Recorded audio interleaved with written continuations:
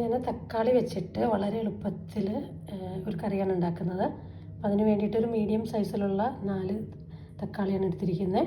പിന്നെ നമുക്ക് വേണ്ട ഇൻഗ്രീഡിയൻസ് എന്ന് പറയുന്നത് ഉണക്കച്ചെമ്മീനാണ്.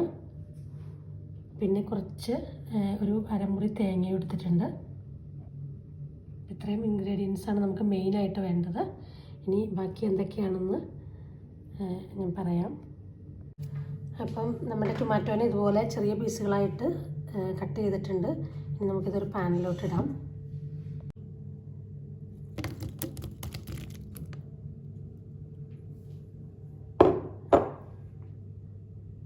പിന്നെ നമുക്ക് വേണ്ടത് ചെമ്മീനെ ഞാൻ ചെറുതായിട്ടൊന്ന് റോസ്റ്റ് ചെയ്തിട്ടുണ്ട്. ഒന്നല്ലെങ്കിൽ മൈക്രോവേവിൽ വെച്ചൊരു 1 മിനിറ്റ് ചൂടാക്കിയാൽ മതി, അല്ലെങ്കിൽ ഒരു പാനിലിട്ടിട്ട് ഒന്ന് ഫ്രൈ ചെയ്യാം. ഇതിനകത്തേക്ക് ഇട്ട് കൊടുക്കാം. പിന്നെ ഞാൻ എടുത്തിരിക്കുന്നത് ചെറിയ ഉള്ളിയാണ്. അതൊരു 5 പീസ് എടുത്തിട്ടുണ്ട്. അതുപോലെ കുറച്ച് പച്ചമുളക്. ഉള്ളി അധികം കൂടണ്ട, അപ്പോൾ പിന്നെ നമ്മുടെ കറിക്കൊരു മധുരം വരും. അപ്പോൾ അതുകൊണ്ട് അധികം ഉള്ളി എടുത്തിട്ടില്ല. ഇതൊന്ന് കട്ട് ചെയ്ത് നമ്മുടെ തക്കാളിയിലേക്ക് ഇട്ട് കൊടുക്കാം. കറിവേപ്പില ഇടുവാണ്. ഇനി നമ്മൾ നേരത്തെ അരിഞ്ഞ് വെച്ച ഉള്ളി ഇട്ട് കൊടുക്കുവാണ്. ഒരു ഉള്ളി അരിയാണ്ട് വീണിട്ടുണ്ട്, അത് ഞാനെടുത്ത് അരിഞ്ഞിട്ടോളാം. പിന്നെ കുറച്ച് മഞ്ഞൾപ്പൊടി. എരിവ് നിങ്ങൾ ആവശ്യത്തിന് ഇടുക. ഞാൻ 1 ടീസ്പൂൺ മുളക് പൊടിയാണ് ഇടുന്നത്. പിന്നെ നമുക്ക് വേണ്ടത് ഉപ്പ് ആവശ്യത്തിന് ഇടുക. ഇനി കുറച്ച് വെള്ളം ഒഴിച്ചിട്ട്, അപ്പം ഇത് നമ്മുടെ തക്കാളി മുങ്ങത്തക്ക രീതിയിലാണ് ഞാൻ വെള്ളം ഒഴിച്ചിരിക്കുന്നത്. ഇനിയിപ്പോൾ തക്കാളിക്ക് അധികം പുളി ഇല്ലെങ്കിൽ വേണമെങ്കിൽ ഒരു ചെറിയ കഷ്ണം കുടപ്പുളി ഇട്ട് കൊടുക്കാം. അപ്പോൾ പുളി നോക്കിയിട്ട് ഇടുക. ഇനി ഇതൊന്ന് നമുക്ക് ഒന്ന് വേവിച്ചെടുക്കാം. തക്കാളി ആദ്യം തിളയ്ക്കുന്നത് വരെ ഒരു ഹൈ ഫ്ലെയിമിലിട്ടാലും കുഴപ്പമില്ല. ഒന്ന് തിളച്ച് വരുമ്പോൾ അത് മീഡിയം ഫ്ലെയിമിലോട്ട് മാറ്റണം. പെട്ടെന്ന് തന്നെ റെഡിയാവും. വളരെ ഈസി ആയിട്ട് തയ്യാറാക്കാൻ പറ്റിയൊരു കറി തന്നെയാണിത്. ഇതൊന്ന് മൂടി വെച്ചിട്ട് നമുക്ക് വേവിക്കാം.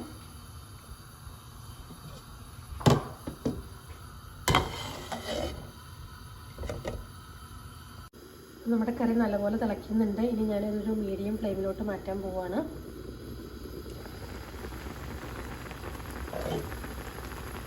നമ്മൾ ഉണക്കച്ചെമ്മീൻ ഇടുമ്പോൾ അധികം റോസ്റ്റ് ചെയ്യരുത്. ഒരു മൈക്രോവേവിലാണെങ്കിൽ ഞാൻ നേരത്തെ പറഞ്ഞ പോലെ 1 മിനിറ്റ് വെച്ചാൽ മതി, അല്ലെങ്കിൽ ഒന്ന് ചെറിയതായിട്ടൊന്ന് ഫ്രൈ ചെയ്തെടുത്താൽ മതി. നല്ലപോലെ ഫ്രൈ ആവണ്ട, കാരണം നമ്മൾ ഈ കറി കിടന്നൊന്നും കൂടെ ചെമ്മീൻ വേവുന്നുണ്ടല്ലോ.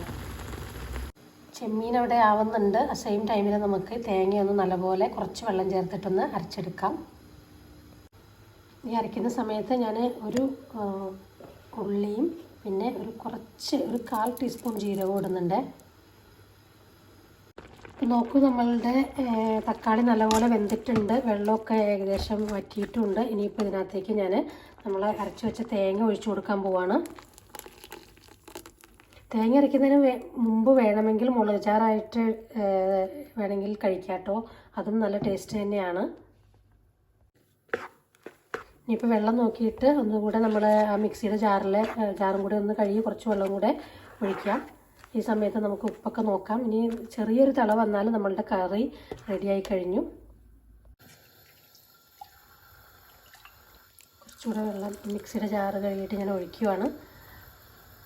അപ്പം എല്ലാവരും തന്നെ ഈ കറി ട്രൈ ചെയ്ത് നോക്കുക. ഇനി നമ്മൾ ഒന്ന് താളിച്ചിടണം. ഒന്ന് തിളച്ച് കഴിയുമ്പോൾ നമുക്കിത് ഓഫാക്കാം. വളരെ എളുപ്പത്തിൽ തയ്യാറാക്കാൻ പറ്റിയൊരു കറിയാണ്. എല്ലാവർക്കും തന്നെ ഇത് ഇഷ്ടപ്പെടും. അധികം സമയം വേണ്ട, അധികം ഇൻഗ്രീഡിയൻസിൻ്റെ ആവശ്യമില്ല.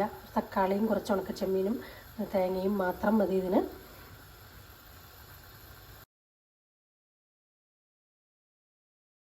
കറി റെഡിയായി കഴിഞ്ഞു. ഇതിനകത്തേക്ക് ഞാൻ ഒന്ന് താളിച്ചിടുവാണ്.